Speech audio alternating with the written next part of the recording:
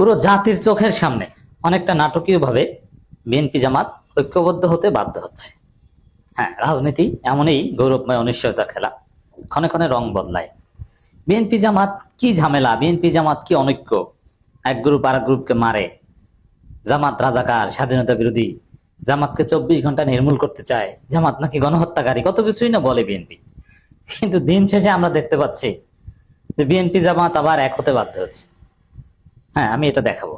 এখন তো আপনারা দেখবেন যে বিএনপি জামাত ঐক্যবদ্ধ হচ্ছে, একই দাবিতে বিএনপিও মিছিল করছে, জামাতও মিছিল করছে একই দাবিতে। সামনে দেখবেন যে একে অপরকে রক্ষায় কাজ করছে।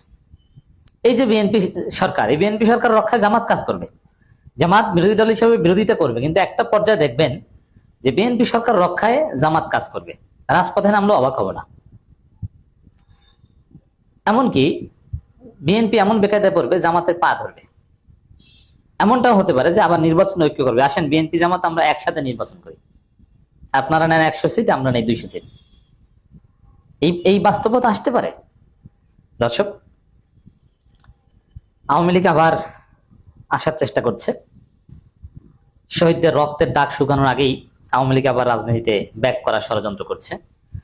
বিএনপির ভুলের কারণে আওয়ামী লীগের মিছিল ধীরে ধীরে বড় হচ্ছে। একটা সময় 4-5 জন নিয়ে জটিকে মিছিল করতো, সেখানে এখন 100 জন নিয়ে মিছিল করে। বিশেষ করে যশোর, চট্টগ্রাম এবং নোয়াখালীতে আওয়ামী লীগ অনেক বেড়েছে, ওদের আস্ফালন বেড়েছে।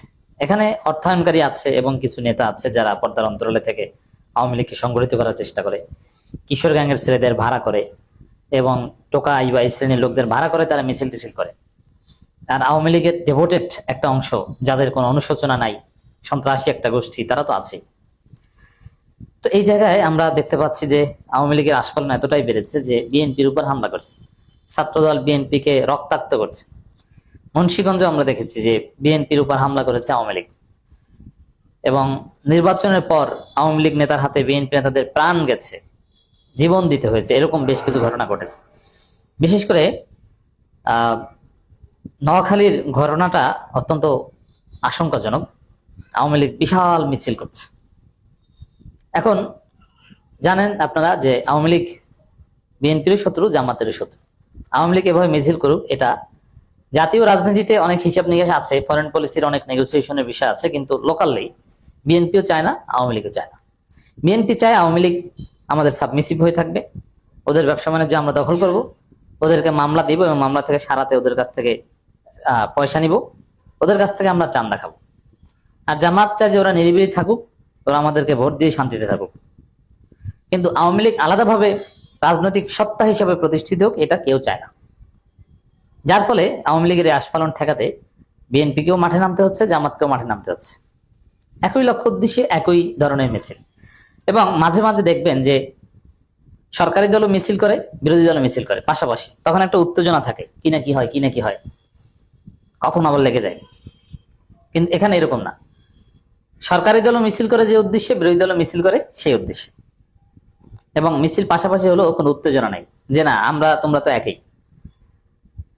মানে আওয়ামী লীগের সাথে মারামারি বাঁধলে জামাত তোমরা এগিয়ে আসবা, আর যদি আওয়ামী লীগের সাথে জামাতের বাজে তাহলে বিএনপি তোমরা এগিয়ে আসবা, এই পরিস্থিতি তৈরি হয়েছে। তো এখন বিএনপি জামাত এক হতে বাধ্য হচ্ছে। আওয়ামী লীগের মিছিল যত বড় হবে, বিএনপি জামাত তত ঐক্যবদ্ধ হতে বাধ্য হবে। বিএনপি জামাতের মধ্যে সরকারি দল বিরোধী দলের সম্পর্ক, বাট তারা দিন শেষে এক হতে বাধ্য হবে। দর্শক, ছাত্রলীগ যুবলীগ ঠেকাতে এবার ছাত্রদল শিবিরের বিক্ষোভ নোয়াখালীতে। ছাত্রদল শিবির মানে বিএনপি জামাত, ছাত্রলীগ যুবলীগ ঠেকাতে ছাত্রদল শিবিরে বিক্ষোভ। তাহলে এইখানে ছাত্রদল শিবির মানে জামাত বিএনপি তারা এক, আর এনিমি হচ্ছে আওয়ামী লীগ। বাংলাদেশের রাজনীতির বাস্তবতা এখনো প্রশাসনে যে পরিমাণ আওয়ামী লীগ এবং বিভিন্ন পেশাজীবীদের মধ্যে যে পরিমাণ আওয়ামী লীগ, সাধারণ জনগণের সমর্থন নাই, বাট বিভিন্ন সুবিধাভোগীদের মধ্যে এখনো যে পরিমাণ আওয়ামী লীগ আছে, সেটা ঠেকাতে জামাত বিএনপিকে এক হতে বাধ্য, সেটাই আমরা দেখতে পাচ্ছি। হ্যাঁ, যতক্ষণ পর্যন্ত বিএনপি জামাতের মধ্যে বিভেদ থাকবে, সরকারি দল বিরোধী দলের বিরোধিতা থাকবে, বাট মাঠ পর্যায়ে মারাত্মক শত্রুতাপূর্ণ, যেমন enemy of my enemy is my friend, এই পর্যায়ে যখন চলে যাবে, বিএনপি জামাতের মধ্যে বিভেদ যদি এই পর্যায়ে যায় যে জামাতকে সাহায্য করতে আওয়ামী লীগ তার চাইতে খারাপ কারোর সাথে আমি হাত মেলাতে রাজি, অথবা জামাত যদি মনে করে যে বিএনপিকে শায়েস্তা করতে আওয়ামী লীগ কেন, তার চাইতেও খারাপ কারোর সাথে হাত মেলাতে রাজি, এই পর্যায়ে যদি বিএনপি জামাত সম্পর্ক চলে যায়, তাহলে অনিবার্যভাবে আওয়ামী লীগ চলে আসবে। আর আওয়ামী লীগ ঠেকাতে হলে বিএনপি জামাত সম্পর্ক কখনো এই পর্যায়ে যাওয়া যাবে না। বিএনপি জামাত সম্পর্ক এরকম হতে হবে, ঠিক আছে তোমরা সরকারি দল আমরা বিরোধী দল, কিন্তু ভাই আওয়ামী লীগ ঠেকাতে আমরা এক, এটা যেন মনে থাকে, এবং মিনিমাম সুসম্পর্ক এটা থাকতে হবে। তো দর্শক, নোয়াখালীতে কার্যক্রম নিষিদ্ধ ছাত্রলীগ ও যুবলীগের ঝুটি কেমন? কার্যক্রম নিষিদ্ধ এত সুন্দরভাবে ফ্রেমিং না করে সোজা বললেই তো যে নিষিদ্ধ আওয়ামী লীগ, নিষিদ্ধ ছাত্রলীগ, নিষিদ্ধ যুবলীগ। নিষিদ্ধ ছাত্রলীগ যুবলীগের ঝটিকা মিছিলের প্রতিবাদে বিক্ষোভ মিছিল করেছে এবং সমাবেশ করেছে ছাত্রদল ও ইসলামী ছাত্র শিবির। সদর উপজেলার নোয়ান্নাই ইউনিয়ন বাদেরহাট বাজারে পৃথক কর্মসূচির আয়োজন করে সংগঠন দুটি, একদম প্রত্যন্ত অঞ্চলে।